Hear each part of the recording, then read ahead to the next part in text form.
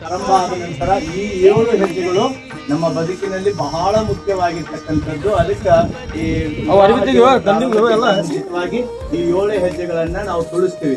ಈ 7 ಹೆಜ್ಜೆಗಳನ್ನ ಹೇಳ್ತಾ ಅದ್ರ ಅರ್ಥ ಹೇಳ್ಕೊಂತ ಹೋಗ್ತೀವಿ. ನೀವು 3 ನೆನಪಿಡ್ಬೇಕು. ಇರ್ತೀರಲ್ಲ? ಓಕೆ, ಒಂದನೇ ಹೆಜ್ಜೆ ಹೇಳಿ. ಹರಾಹಂ ಏಕಾಮಿಷೆ ವಿಷ್ಣುಸ್ವಾಣೆ ವಿವಾಹ ಭಾಗ್ಯಮಾರೋಗ್ಯಂ ಪುತ್ರಲಾಭಂ ಜದೇಹ ಮೇ ವಿವಾಹ ಭಾಗ್ಯಮಾರೋಗ್ಯಂ. ಹೂವಾಕಿ ಏ ವಿಶ್ವ ವಿವಾಹ ವಿವಾಹ ಭಾಗ್ಯಮಾರೋಗ್ಯಂ ಪುತ್ರಲಾಭಂ ಜದೇಹ ಮೇ. ಕೈ ಬಿಡಿ, ಆರಾಮ್ ನಿಂತ್ಕೊಳ್ಳಿ. ಈಗ 1ನೇ ಹೆಜ್ಜೆಯನ್ನ ಇಟ್ಟಿದ್ರಿ. 1ನೇ ವೈವಾಹಿಕ ಜೀವನ ಪ್ರಾರಂಭ ಆದ ನಂತರ 1ನೇ ಹೆಜ್ಜೆಯನ್ನು ಯಾಕೆ ಇಡಬೇಕಪ್ಪ ಅಂತಂದ್ರೆ ಅನ್ನ ಸಮೃದ್ಧಿಗೋಸ್ಕರವಾಗಿ 1ನೇ ಹೆಜ್ಜೆಯನ್ನ ಇಟ್ಟಿದ್ರಿ. ಭಗವಂತನಲ್ಲಿ ಪ್ರಾರ್ಥನೆ ಮಾಡ್ಕೊಳ್ಳಿ. ಈ ಹೆಣ್ಮಗಳು ತಮ್ಮ ಮನೆಗೆ ಆಗಮಿಸಿದ ಮೇಲೆ ಬಂದ ಮೇಲೆ ಅತಿ ಹೆಚ್ಚುವಾಗಿರ್ತಕ್ಕಂಥ ಅನ್ನ ಸಮೃದ್ಧಿ ಆಗಲಿ ಅಂತೇಳಿ ಭಗವಂತನಲ್ಲಿ ಪ್ರಾರ್ಥನೆ ಮಾಡ್ಕೊಳ್ಳಿ. ಓಂ ಶ್ರೀ ಗುರುಭ್ಯೋ ನಮಃ. ವಿಜಯ ವಿಷ್ಣು ಸ್ವಾಣೆ ತಾಂ ವಿವಾಹ ಭಾಗ್ಯಮಾರೋಗ್ಯಂ ಪುತ್ರಲಾಭಂ ಜದೇಹ ಮೇ. ವಿವಾಹ ಭಾಗ್ಯಮಾರೋಗ್ಯಂ ಪುತ್ರಲಾಭಂ ಜದೇಹ ಮೇ.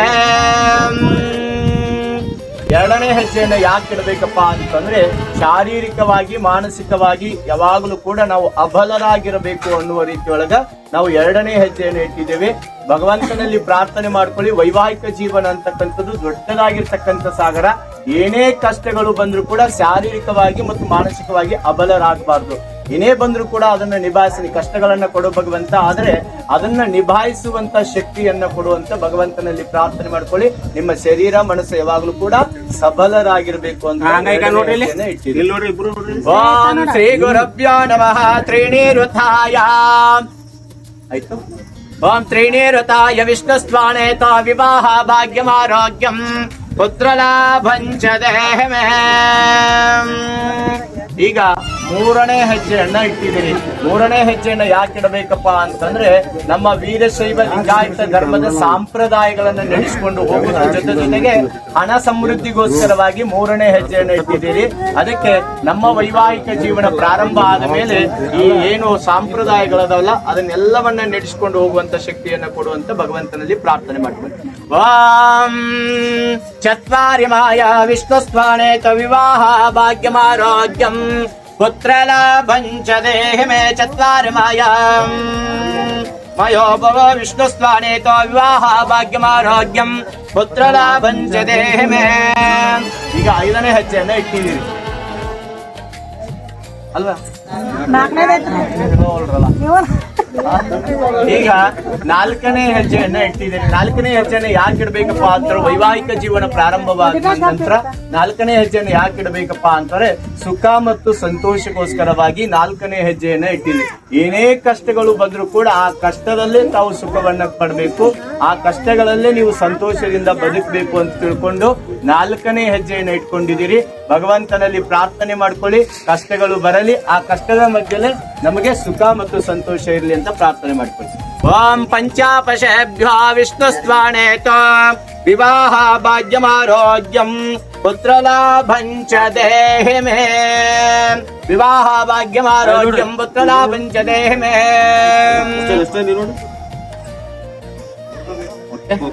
ಈಗ 5ನೇ ಹೆಜ್ಜೆಯನ್ನ ಇಟ್ಟಿದ್ರೆ 5ನೇ ಹೆಜ್ಜೆಯನ್ನ ಯಾಕೆ ಇಡಬೇಕಪ್ಪ ಅಂತಂದ್ರೆ ಪರಿವಾರ ಪಾಲನೆಗೋಸ್ಕರವಾಗಿ ಪಶುಪಾಲನೆಗೋಸ್ಕರವಾಗಿ 5ನೇ ಹೆಜ್ಜೆಯನ್ನ ಇಡಬೇಕು.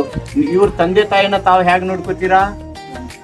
ನಿಮ್ಮ ತಂದೆ ತಾಯಿ ಹಾಗೆ ನೋಡ್ಕೋಬೇಕು. ನಮ್ದು ಮದುವೆ ಆಯ್ತು ಅಂದ್ರೆ ನಮ್ದೇ ಒಂದು ಬದುಕು ಅಂತ ಅನ್ಕೋಬಾರ್ದು.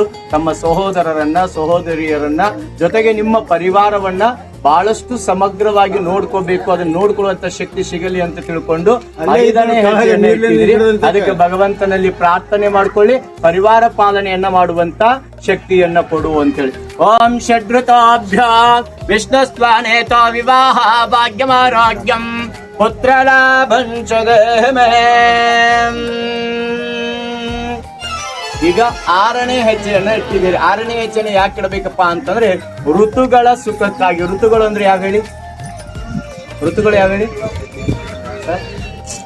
ಋತುಗಳು ಅಂತಂದ್ರೆ ಹೇಮಂತ ಋತು, ಗ್ರೀಷ್ಮ ಋತು, ಶರದ್ ಋತು ಅಂತ ಬರ್ತಾವೆ.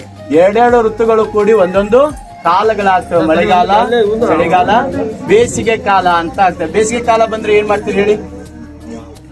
ಫ್ಯಾನ್ ಹಚ್ಕೋತೀರಿ ಅಲ್ವಾ? ಬೇಸಿಗೆ ಕಾಲ ಬಂತು ಅಂದ್ರೆ ಫ್ಯಾನ್ ಹಚ್ಕೋತೀರಿ, ಮಳೆಗಾಲ ಬಂತು ಅಂದ್ರೆ ಛತ್ರಿ ಹಿಡ್ಕೋತೀರಿ, ಚಳಿಗಾಲ ಬಂತು ಅಂದ್ರೆ ಸ್ವೆಟರ್ ಹಾಕೋತೀರಿ ಅಲ್ವಾ? ಹಂಗೆ ಮಳೆ ಬಂತಪ್ಪ ಅಂತಾರೆ ಛತ್ರಿ ಹಿಡ್ಕೋತೀರಿ, ಚಳಿ ಬಂತಂದ್ರೆ ಸ್ವೆಟರ್ ಹಾಕೋತೀರಿ, ಬೇಸಿಗೆ ಬಂತಂತಂದ್ರೆ ಫ್ಯಾನ್ ಹಾಕೋತೀರಿ. ಅದೇ ರೀತಿ ಒಳಗ ನಮ್ಮ ವೈವಾಹಿಕ ಜೀವನದಲ್ಲೂ ಕಷ್ಟ ಋತುಗಳು ಸುಖ ಋತುಗಳು ಅಂತ ಬರ್ತವೆ.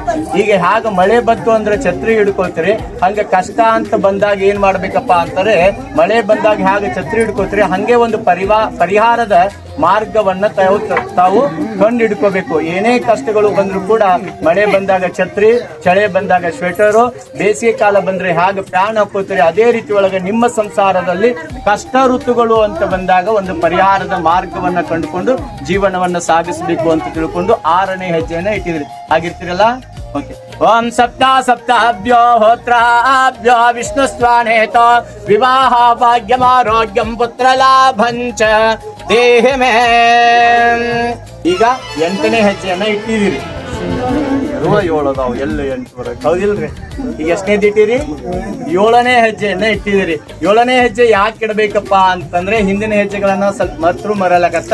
ಕೊನೆಯದಾಗಿರುವಂತ ಹೆಜ್ಜೆ ಏನಪ್ಪಾ ಅಂತಂದ್ರೆ ಸ್ನೇಹ ಸ್ಥಿರತೆಗೋಸ್ಕರವಾಗಿ 7ನೇ ಹೆಜ್ಜೆಯನ್ನ ಇಟ್ಟಿದ್ರಿ. ನೀವು ಹೇಗಿರ್ಬೇಕಪ್ಪ ಅಂತಂದ್ರೆ ನೀವು ಸ್ನೇಹಿತರ ಜೊತೆ ಇದ್ದಾಗ ಹೇಗಿರ್ತೀರೋ ಅದೇ ರೀತಿ ಒಳಗ ಬದುಕು ಸಾಗಿಸ್ಕೊಂಡು ಹೋಗ್ಬೇಕು. ನೀವು ಗಂಡ ಅಂತ ಹೇಳಿ ಅನ್ನಕ್ ಹೋಗ್ಬಾರ್ದು, ಜೋರ್ ಮಾಡ್ಬೇಡ್ರಿ.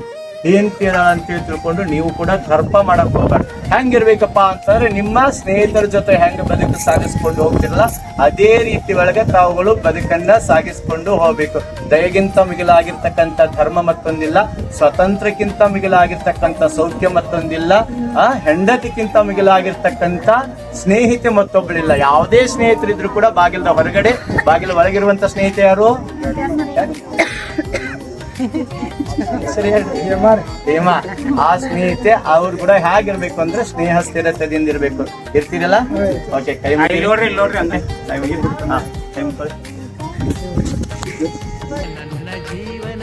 ನಮಸ್ಕಾರ ನಮ್ಮವರೇ. ಇಂತಹ ಅರ್ಥಪೂರ್ಣವಾದ ವಿಡಿಯೋಗಳಿಗಾಗಿ ನಮ್ಮ ಚಾನಲನ್ನು ಸಬ್ಸ್ಕ್ರೈಬ್ ಮಾಡಿ. ನಿಮ್ಮ ಸನ್ಮಿತ್ರರಿಗೆ ಈ ವಿಡಿಯೋವನ್ನು ಹಂಚಿಕೊಳ್ಳಲು ಶೇರ್ ಮಾಡಿ. ವಿಡಿಯೋ ಕುರಿತು ತಿಳಿಸಲು ಕಮೆಂಟ್ ಮಾಡಿ. ಧನ್ಯವಾದಗಳು ನಮ್ಮವರೇ. ಇಂತಹ ಅರ್ಥಪೂರ್ಣವಾದ ವಿಡಿಯೋಗಳೊಂದಿಗೆ ಮತ್ತೊಮ್ಮೆ ಸಿಗೋಣ. ಜೈ ಕನ್ನಡಿಗ, ಜೈ ಕರ್ನಾಟಕ.